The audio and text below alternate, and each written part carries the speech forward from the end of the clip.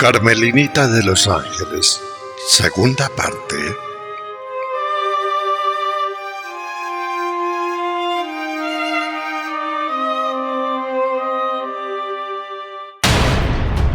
Cuando la tal Carmelinita, grosera, altanera y soberbia, cayó al suelo, víctima del soponcio que le causó reconocer que al hombre que había insultado con palabras muy, pero muy horribles, y al que había golpeado sin piedad con su paraguas, era el nuevo virrey de la Nueva Granada. Cuando se repuso de su soponcio, se levantó del piso de la calle y, algo atolondrada, vio que el virrey, parado frente a ella con rostro muy serio, la miraba fijamente. Al parecer, 1000 cosas pasaron por la cabeza de la tal Carmelinita.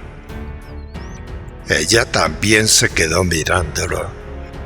Y entonces la tal Carmelinita, con un movimiento de su gran cuerpo, se deshizo de los brazos de sus padres, que habían ido a levantarla y socorrerla. Y luego, dando 3 pasos con la cabeza erguida y en desafío, miró al virrey. Y con la grosería más grande de la época, gritando y mirando fijamente al virrey, le dijo: «¿Qué me mira, viejo tal por cual? No se ha igualado, malnacido», y bla bla bla bla bla. Se regó la Carmelinita. Todos quedaron estupefactos, incluso el virrey, el enano y el secretario que estaban junto a él. Quedaron estupefactos ante la actitud grosera de la Carmelinita regordeta. Entonces la Carmelinita, con un movimiento inesperado y muy ágil, levantó un pie y velozmente pegó una patada en la canilla del virrey. Todo ocurrió en segundos. El virrey, adolorido en su canilla, se agachó y acto seguido la Carmelinita le pegó tremenda cachetada al virrey a la altura de la oreja, y esto lo hizo diciendo: «A mí no me mire tal por cual». El virrey nuevamente se fue al suelo, y entonces los presentes, la gente, oidores, alguaciles, alcalde, secretario y enano, invadieron la escena. Unos levantaron al virrey y otros apresaron a la Carmelinita regordeta, que repartía caderazos y barrigazos a los que querían agarrarla. El alguacil, con un barrigazo fuerte, cayó, y después otro alguacil. No la podían coger, y de la boca de la Carmelinita salían horribles maldiciones. La regordeta parecía una gata en celo repartiendo golpes y arañazos. Entonces, uno de los respetables oidores, un anciano bajito y delgado como un espagueti, se acercó a ella y con palabras corteses le pidió que se calmara y que respetara. La Carmelinita se detuvo y, como arrepentida, agachó la cabeza y se quedó en silencio. El señor oidor se acercó a ella para cogerla, y entonces la Carmelinita, levantando la cabeza con mirada de gata al acecho, sorpresivamente le pegó tremendo puño en el pecho al oidor. Y ¡suácate! El viejito rodó por la calle. En ese momento, el virrey, levantándose, con el oído de la cachetada aún zumbándole, vio como de un salto la Carmelinita se paró frente a él y con ágil movimiento de la cadera le pegó tremendo barrigazo a la altura de la pelvis. Virrey, enano y secretario que lo sostenían cayeron al suelo. Al caer el virrey, la gata de la Carmelinita, en plancha voladora, se abalanzó sobre el virrey en el suelo y lo aplastó con su voluminoso cuerpo. Al final, los alguaciles o gendarmes, o como se llamara la policía de la época, lograron agarrarla y con un esfuerzo supremo la levantaron. La levantaron de encima del cuerpo del virrey. La Carmelinita, más calmada y con mirada de gata furiosa, no paraba de mirar al virrey. En el suelo, Solís yacía desmayado. Entonces el secretario, inclinado de rodillas sobre el gran señor Solís, gritó: ¡Lo mató, lo mató! ¡La gorda lo aplastó!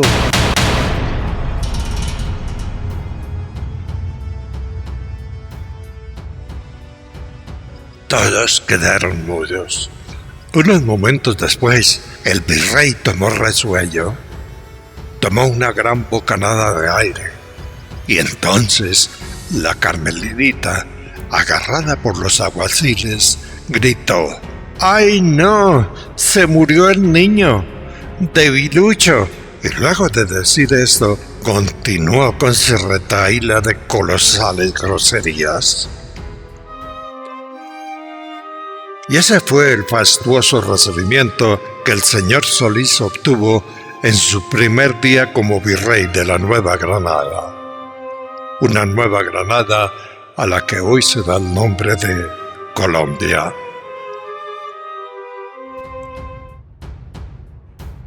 Después de esto, el tumulto en la calle era desbordado.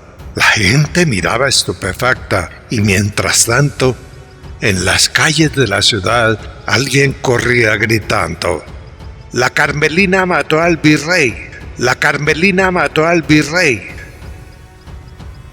Al final, con gran barullo, la Carmelina Regordeta, el señor Gascón y su esposa fueron metidos en la cárcel, en la misma celda inmunda donde antes había estado el virrey junto con otros malandros presos.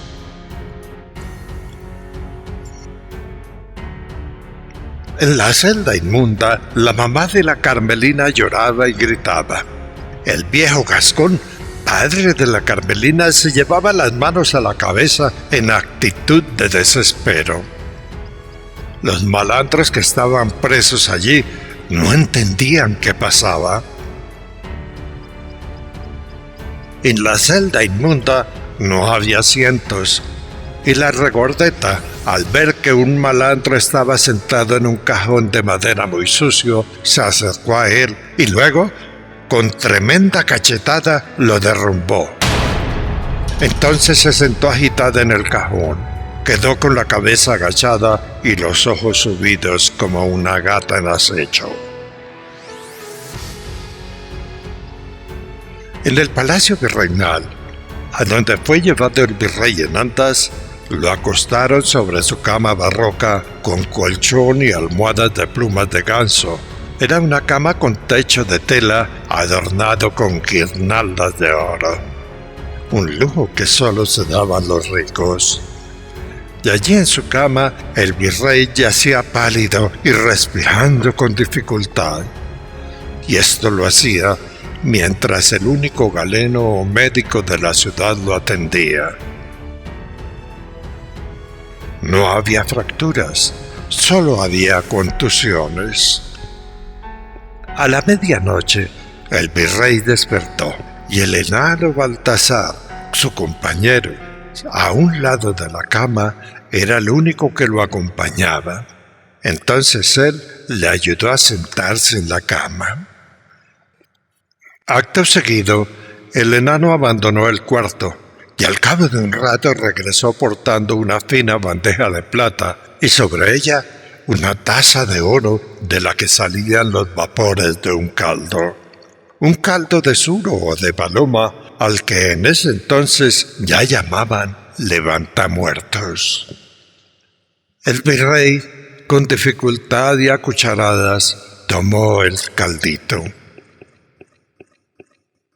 Luego de un rato, ya repuesto en su respiración, pidió la vasinilla, una taza de plata con agarradera que antiguamente se usaba para las necesidades fisiológicas en los cuartos. En ese tiempo, los baños o letrinas quedaban fuera de las casas.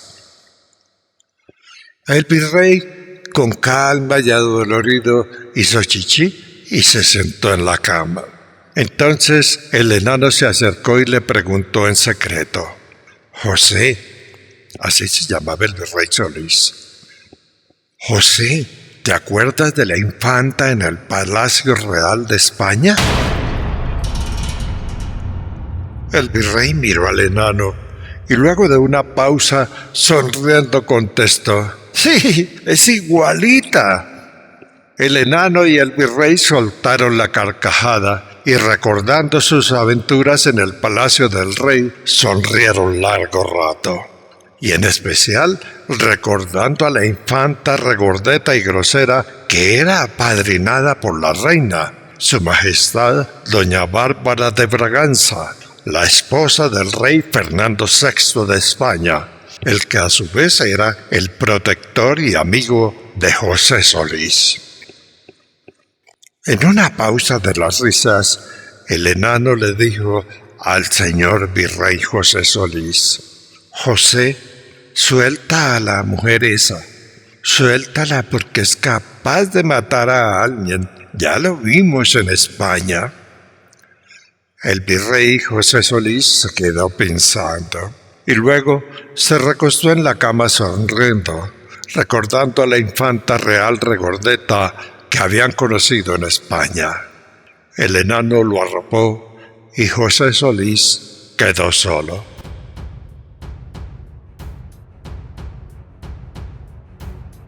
A las 9 de la mañana, en la cárcel donde habían pasado la noche la Carmelinita y sus padres, llegó la orden virreinal.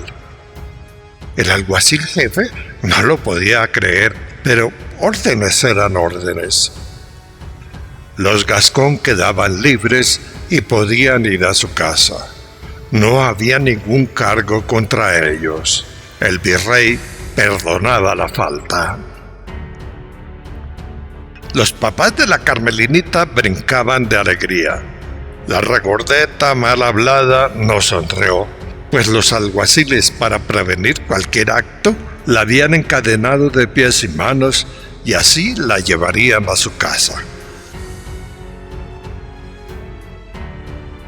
Aquel era día de mercado en la plaza central de la ciudad, hoy llamada Plaza de Bolívar. Allí había ventas y mucha gente. Los Gascón salieron a la calle escoltados por 6 alguaciles. Y entonces el populacho, cuando los vio salir, se arremolinó. Y además de groserías, reclamos e improperios por haber ultrajado al virrey, les lanzaban lechugas, tomates, huevos y hasta un queso campesino llamado cuajada que pegó en el rostro de la mamá de la Carmelinita. El pueblo le había perdido el respeto y el miedo al gran señor Gascón, aquel que los humillaba. Al mediodía, en la casa Gascón, la Carmelinita furiosa permanecía muda recostada en su cama. Y cuando le llevaron el almuerzo, con los platos y golosinas que a ella le gustaban, muy furiosa los rechazó y con un manotazo rompió las porcelanas traídas de Europa. El papá y la mamá, la señora encopetada, corrieron a calmar a su hija, pero nada paraba la furia y el lenguaje de la Carmelinita regordeta. A las 4 de la tarde llegó a la casa de los Gascón el obispo de la ciudad. Llegó junto con 3 sacerdotes y varios acólitos para hacerle a la Carmelina un exorcismo, pues en la ciudad se rumoraba que ella estaba poseída por el demonio. Los padres de la Carmelina los dejaron pasar sin decir nada, pues en aquel tiempo el obispo y los sacerdotes, después del virrey, eran la máxima autoridad en la ciudad. La Carmelina, acostada en su gran cama de estilo barroco, los vio entrar. No dijo nada y no hizo ningún movimiento. Entonces el obispo ordenó a los papás Gascón que salieran de la habitación, y con ellos los sirvientes que atendían a la gordita. Las puertas se cerraron y 1 hora después el obispo salió y le dijo a los papás de la joven: «Ella no tiene demonios, ella solo está histérica». Entonces el obispo les recomendó, y como era costumbre en esa época, que le buscaran marido, pues no era conveniente que la soltería de la joven se prolongara. Hay que recordar que aquella era una época terriblemente machista, donde los hombres decidían y opacaban el accionar de las mujeres.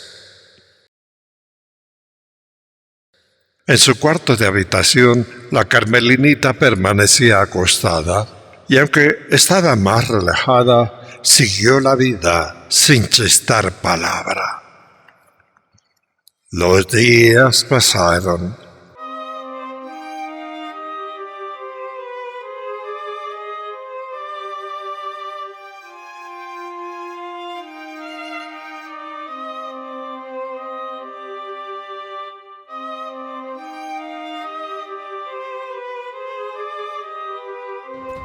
La familia Gascón, que había insultado al representante del rey en la Nueva Granada, cayó en desgracia con el pueblo. La gente los repudiaba y cada rato lanzaban a la puerta de la casa huevos podridos, porquerías, además de insultos. 3 meses después de aquellos acontecimientos tan terribles y groseros, el virrey, enterado de las tropelías, sobornos y demás delitos que el señor papá de la Carmelina cometía, con las pruebas en la mano y con el permiso de los oidores de la Real Audiencia, citó a Celso Gascón a la corte. Y allí llegó solo Celso Gascón. Supuestamente, la Carmelina y su esposa quedaron en la casa. Entonces uno de los oidores leyó el edicto. Este tribunal condena por sus delitos al señor Celso Gascón a la pena de destierro en los bosques o selvas del vecino municipio de Sopó. Todas las riquezas, negocios y propiedades del convicto se expropiarán a partir de este momento. Y solo por petición de su excelencia el señor virrey José Solís, se le deja al convicto una propiedad en Sopó, propiedad que fue adquirida por Gascón antes de convertirse en malandro, en timador, usurero y corrompido. Los oidores y la gente presente en el salón de justicia aplaudieron. Y aplaudieron principalmente porque todos los que estaban allí le debían dinero al tal Gascón, y así consideraban que con semejante condena ya no le pagarían. La alegría les duró poco. Entonces, en una pausa, el virrey entregó un papel real al oidor supremo y le pidió que lo leyera. Y así se hizo. Por orden del virrey y en nombre de las arcas de su majestad Fernando VI de España, se ordena que todas las acreencias, deudas y compromisos adquiridos por los súbditos pasen a disposición del tesoro virreinal para que éste haga los cobros respectivos.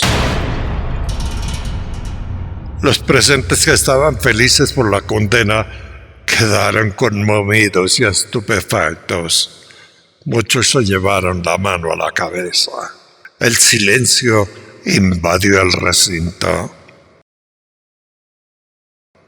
Don Celso Gascón fue sacado por los alguaciles rumbo a su casa para disponer el destierro.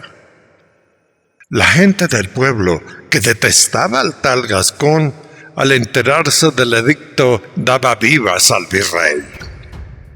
El reo salió.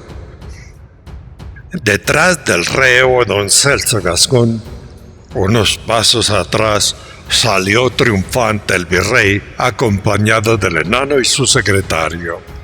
Y al dar unos pasos fuera del recinto, una mujer vestida de sirvienta, que portaba una escoba, inocentemente se acercó por detrás del virrey y en un descuido de la guardia, ¡suas!, le pegó descomunal escobazo al virrey en la cabeza.